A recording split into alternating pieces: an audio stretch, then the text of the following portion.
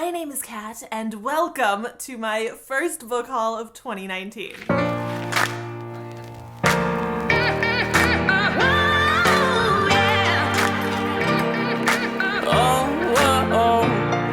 Now, when I filmed my last book haul in October, I didn't realize that was going to be my last book haul of 2018. So I do have some November and December releases to haul, but it's January now, so I also have some January releases to haul. And also, I have a couple early copies of 2019 releases that are coming later in the year. So yeah, I have a nice little pile here of new books for the new year, and let's just get into it. Kicking things off with Skyward by Brandon Sanderson. This was the BOOKSPLOSION Book of the Month pick for December. We are working with Random House on this one. This is the first book in a new sci-fi series where we follow a teenage girl named Spencer who really wants to become a pilot. In the world of this book, the last dregs of humanity have been chased to this planet and kind of driven underground. And this planet is under constant alien attack from the skies. The humans are able to scavenge together ships and send pilots into the sky to fight back the alien forces. So the pilots are very highly regarded. They are very respected and honored. They are the bravest of the brave. And Spencer really wants to be one. She wants to go to flight academy and train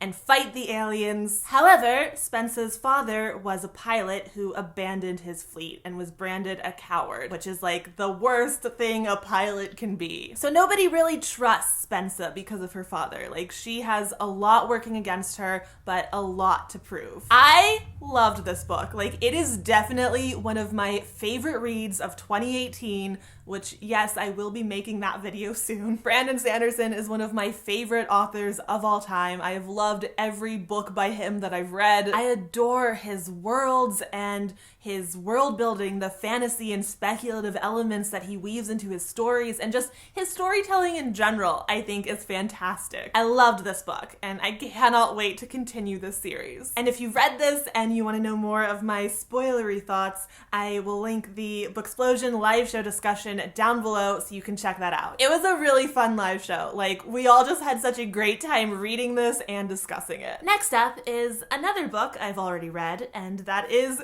Queen of Air and Darkness by Cassandra Clare. This book came out on December 4th, and I finished it on December 5th, which is a little impressive because it's a big one. I'm sorry I didn't do a vlog or a review about this book. I ended up just talking to my friends and like getting all my feelings out that way, but I did read this and I did love it. I was expecting to love it a little bit more. Like, it's not my favorite book in the series and it's not my favorite Cassandra Clare finale. This book just didn't feel like a finale, like not the same way that Clockwork Princess did. I mean, of course, a lot of stuff went down, but it did feel a little bit like a middle book in the series because there is so much more to come. This book did get me incredibly hyped for The Wicked Powers, which is not coming out for like 3 more years.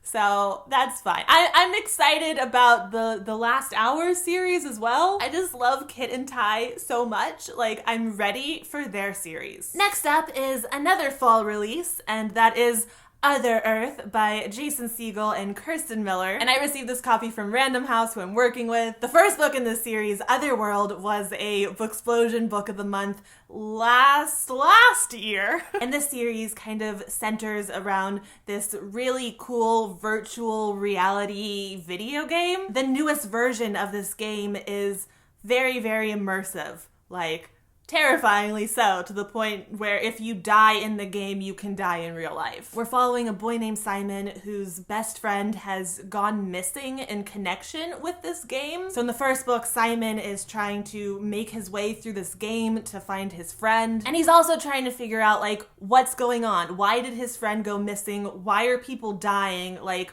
what's happening here? I personally just love virtual reality stories and any like sci-fi story that is set in like essentially the modern day with just some cool sciencey stuff.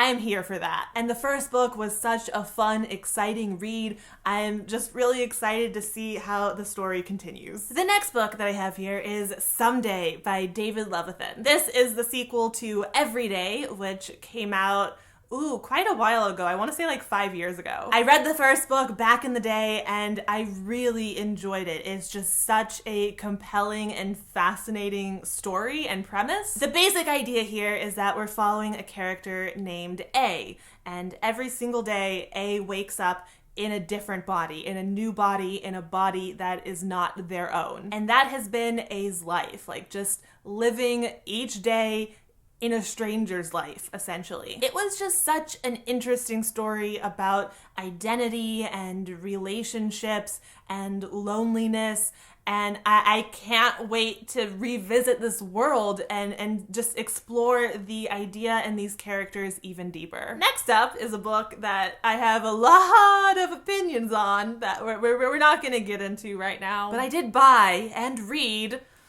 The Crimes of Grindelwald screenplay book by J.K. Rowling. It wasn't good, I'm sorry. I haven't seen the movie, so I don't feel like I'm allowed to rant about this. But just reading the screenplay, this is not a good screenplay. The story is not good. I'm sorry. Maybe when the movie comes out on Netflix, I'll watch it, and then I can film my angry rant video about just how not great the storytelling is here. It's not great. I will say though, this book, freaking gorgeous. The paper is so nice and thick and feels good, and the interior design, this book is a fantastic product. Except for the words inside of it. I'm just playing, but I'm saying. Next up is another book that I have actually already read. I did pretty good with this haul. I think I've already read like half of these books, so it's not too bad. But yeah, I have here Archenemies by Marissa Meyer. This is the second book in what is apparently a trilogy. I went into this book thinking it was the conclusion to a duology, because when I finished the first book, there was a little page that said, read the conclusion to the series in 2018. And I was like, okay, I will.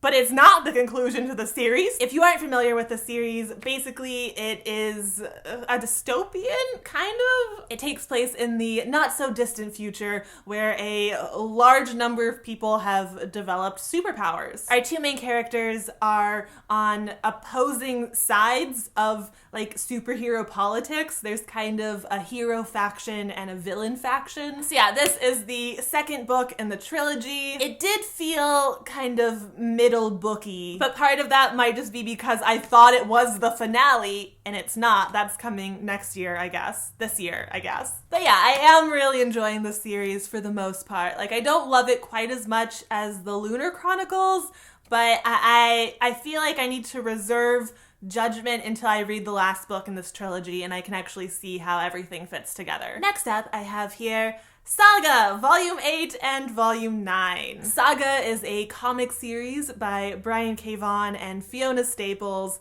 and I love it. It is my favorite comic series. It is one of my favorite pieces of media, one of my favorite stories. It is so epic and creative and shocking, and if you watched my reading vlog, then you know how I feel about these installments in particular. But yeah, I adore Saga, and I think I'm gonna stop talking about it now before I get all up in my feelings. The next book I have here is the one that I am most ashamed I haven't yet read, and that is What If It's Us by Adam Silvera and Becky Albertalli. I love Adam's books, and I love Becky's books, and so many of my friends have already read this and have loved this. So what am I doing? And I actually got an arc of this last year. Like, I did buy the finished copy for my collection, but why haven't I read this yet? It has to happen very soon. Then I have here Girls of Paper and Fire by Natasha Nagan. This is a debut novel. It's a young adult fantasy, the first in a series, maybe a trilogy. And I will admit, when I